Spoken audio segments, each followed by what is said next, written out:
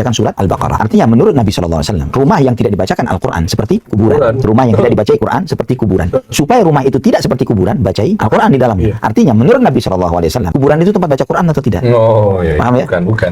Kuburan bukan tempat baca Al-Quran.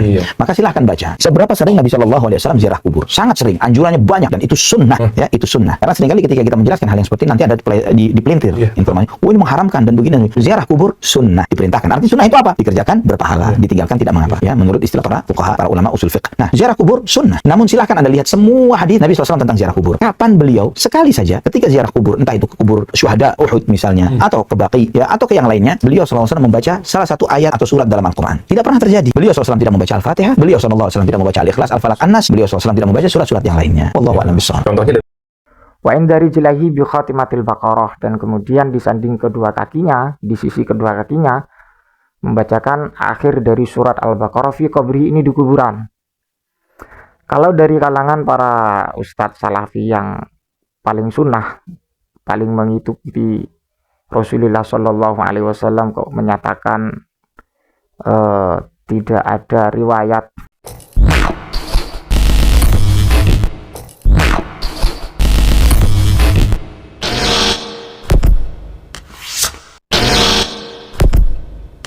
Assalamualaikum warahmatullahi wabarakatuh. Alhamdulillah wassalatu wassalamu ala rasulillah wa ala alihi wa sahbihi wa man walah, amma ba'du. Sahabat yang dimuliakan Allah subhanahu wa ta'ala, mudah-mudahan senantiasa kita diberikan kesehatan oleh Allah, sehat jasmani dan rohani, amin amin ya rabbal alamin. Pada kesempatan kali ini saya akan memberikan satu sajian tentang membaca Al-Quran di kuburan.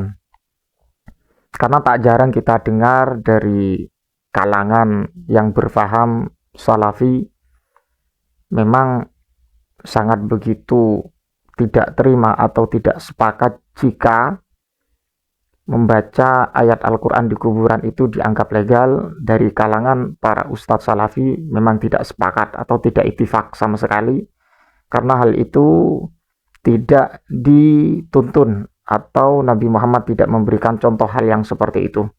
Bacakan surat Al-Baqarah. Artinya menurut Nabi SAW, rumah yang tidak dibacakan Al-Quran seperti kuburan. Rumah yang tidak dibaca Quran seperti kuburan. Supaya rumah itu tidak seperti kuburan, bacai Al-Quran di dalamnya. Artinya menurut Nabi SAW, kuburan itu tempat baca Quran atau tidak? Oh, iya. Paham ya? Bukan.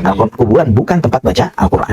Maka silahkan baca. Seberapa sering Nabi SAW ziarah kubur? Sangat sering. Anjurannya banyak dan itu sunnah. Ya, itu sunnah. Karena seringkali ketika kita menjelaskan hal yang seperti nanti ada dipelintir informasi. Oh, ini mengharamkan dan begini. Ziarah kubur sunnah, diperintahkan. Artinya sunnah itu apa? Dikerjakan berpahala, ditinggalkan tidak mengapa. Ya, menurut istilah para fuqaha, para ulama usul fiqh. Nah, ziarah kubur sunnah. Namun silahkan Anda lihat semua hadis Nabi SAW tentang ziarah kubur. Kapan beliau sekali saja ketika ziarah kubur, entah itu ke kubur syuhada Uhud misalnya, atau ke Baqi, ya, atau ke yang lainnya, beliau SAW membaca salah satu ayat atau surat dalam Al-Quran. Tidak pernah terjadi. Beliau SAW tidak membaca Al-Fatihah, beliau SAW tidak membaca Al-Ikhlas, Al-Falaq, An-Nas, beliau SAW tidak membaca surat-surat yang lainnya. Wallahu a'lam bishawab. Contohnya Saya tidak perlu lama-lama, ada satu redaksi dalam kitab Al-Mu'jam Al-Kabir, ya.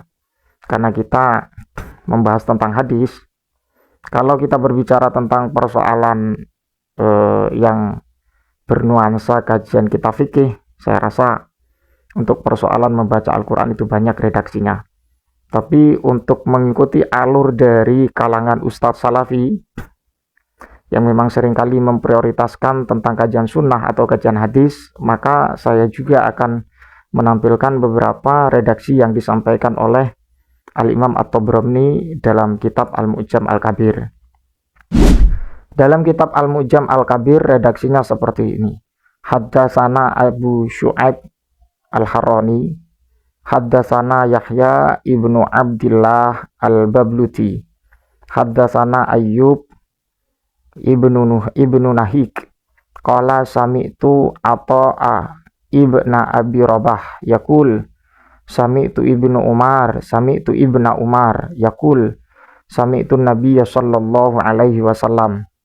Ini rangkaian atau sanad daripada hadis yang memang awalnya dari Abu Syu'aib dan kemudian ila akhiril isnad sami'tu ibna Umar, dan Ibnu Umar berkata sami'tu Nabiy sallallahu alaihi wasallam. Ibnu Umar mendengar Nabi Muhammad bersabda, "Idza mata ahadukum fala tahbisuhu wa asri'u bihi ila qabrihi." Jika di antara kalian meninggal dunia, fala tahbisuh, maka jangan sampai ditahan. Wa asri'u bihi ila qabrihi, dan kemudian agar dipercepat untuk pemakaman ke kuburan. Kemudian wal yuqra inda ra'sihi bi Fatihatil kitab, dan kemudian dibacakan di sisi kepala si mayit, dibacakan bi Fatihatil kitab, dengan Fatihah atau pembuka kitab Al-Qur'an. Wa inda rijlaihi, dan kemudian di kaki dua si mayit, bi khatimatil baqarati fi qabrihi, dan kemudian disanding kedua kaki mayit tersebut dibacakan akhir dari surat Al-Baqarah, fi qabrihi, di kuburan mayit. Jadi saya ulangi lagi, wal yuqra inda ra'sihi bi Fatihatil kitab wa inda rijlaihi bi khatimatil baqarah fi qabrihi. Hendaknya dibacakan Fatihatil kitab di sisi kepalanya, dan kemudian di sisi kedua kakinya dibacakan akhir daripada surah Al-Baqarah. Sangat jelas sekali atau sangat sharih sekali apa yang disampaikan Al-Imam At-Tabrani dalam kitabnya, atau yang ditulis oleh Al-Imam At-Tabrani dalam kitab Al-Mu'jam Al-Kabir. Di antara apa yang telah didengar oleh Ibnu Umar, mendengar dari baginda Nabi Muhammad SAW bersabda, "Jika di antara kalian itu meninggal dunia, fala tahbisuh, maka jangan ditahan." Hendaknya untuk isra, ya, untuk dipercepat. Tujuannya apa? Kalau saya berkaca dalam persoalan kajian kitab fikih, karena orang yang meninggal dunia itu memang hukumnya sunnah untuk isra'ul janazah atau isra' ila tajhizil janazah, untuk dipercepat dalam mentajhiz jenazah, mulai dari memandikan, mengkafani, mensolati, dan kemudian pemakaman. Dikarenakan apa kok disunatkan isra? Agar menjaga kehormatan mayit, sehingga ketika ada unsur hatku hurmatil mayit, atau istilahnya itu mencoreng kehormatan mayit, maka hukumnya haram. Di antara hatku hurmatil mayit yang disampaikan oleh para ulama adalah tagayyur, ada perubahan.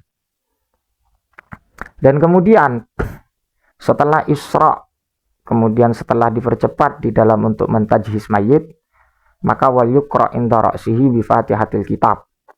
Hendaknya untuk membacakan Fatihatil kitab, Fatihah, di sisi kepala si mayit tersebut. Wa inda rijlaihi bi khatimatil baqarah, dan kemudian disanding kedua kakinya, di sisi kedua kakinya, membacakan akhir dari surat Al-Baqarah fi qabri, ini di kuburan.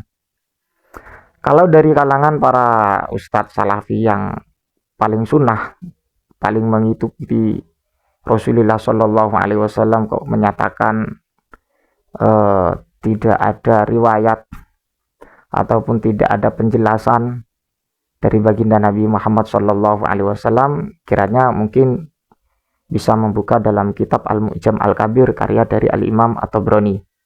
Terlepas dari keadaan hadis ini, sebagaimana pendapat para ulama, ada yang mengatakan ini isnadnya adalah isnad hasan, dan kemudian ada yang berpendapat ini hadisnya dhaif, tapi tidak sampai taraf syadidud du'fi atau keparahan dalam sisi dhaifnya, tidak. Nah, kemudian konsekuensinya seperti apa ketika memang ini dikatakan hadis dhaif, ya? Karena di sisi lain ada ulama yang mengatakan bahwa ini termasuk dari isnad yang hasan atau hadis hasan. Oke, kalau kita berangkat dari hadis dhaif untuk li fadhailil amal, ya boleh-boleh saja. Sebagaimana yang diungkapkan oleh Al-Imam Ibnu Hajar Al-Haytami, bahwa yang namanya hadis dhaif itu bisa untuk diamalkan dalam ranah fadhailil amal. Itu sudah lumrah dalam persoalan kajian-kajian hadis. Kalau tidak percaya bisa dibuka sendiri dan bisa dibuktikan kalau memang betul-betul para ustadz salafi itu mengkaji hadis. Karena kita mengkaji hadis itu ya harus dengan teori atau mekanisme. Mekanismenya bagaimana di dalam untuk penggalian hadis? Maka harus kita paham terkait dengan ilmu mustalahul hadis. Jadi seperti itu Pak ya. Sekian mungkin yang bisa saya sampaikan. Ya kurang lebihnya saya mohon maaf, tapi ini sebagai bentuk tangkapan dan saya berbicara dengan dalil, dan dalilnya pun sesuai dengan kitab, bukan terjemahan, dan ulamanya jelas, bukan ulama kholaf. Beda halnya dengan Bin Bas, beda halnya dengan Al-Utsaimin, itu ulama kholaf, itu bukan salaf, seperti itu Pak ya. Allah alam bisawab, mudah-mudahan bermanfaat. Wassalamualaikum warahmatullahi wabarakatuh.